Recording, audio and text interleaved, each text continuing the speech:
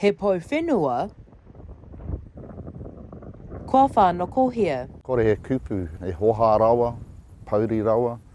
I was really shocked and saddened, that this could happen. Nō tērā tau, whakarite ai a Caine Tauwhare i tēnei pou whenua hei whakanui i te tau 75 o te mātira o John Jameson kei Ngāti Wheke. Ko tāna, koinei te wā tuatahi kua tāhai tētahi i ōna mahi toi. It certainly has affected our wairua. It's very frustrating. You put all that effort and hard work to try and do something for the people, and then this sort of thing happens. And the majority of people, feedback I've got, they just loved it. And they felt a connection and ownership to it. Ko te pou whenua nei, he kōrero e pāna ki te tipuna a te wheke me tētahi hoariri. Ko te taringa, hei whakaatu i te āhuatanga o te wheke me tono hononga ki te whenua mā te rongo. Nā ko nā toa ai te kakari nei. E whakaatu ana hoki i te hirahiratanga o Ōrongomai kia Ngāti Wheke. And it was for people, because it's such a beautiful spot, to come up here, shut up, relax and just take it in.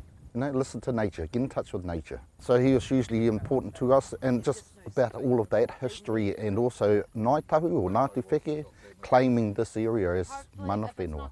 He wāhi hirahira mo te tamāhine o John Jameson a Paula. Ko tāna, he mea motuhake te pou whenua ki te wāhi nei.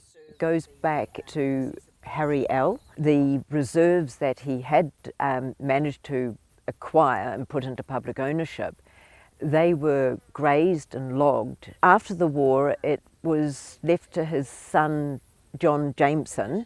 It's very important, but more so, I think, it's because it's accessible to the people of Christchurch and all the people of New Zealand. E whakapono marika ana te tokorua nei, ka hoki mai te pou whenua ki tōna ukaipō. I am hopeful because there's nowhere else it could be.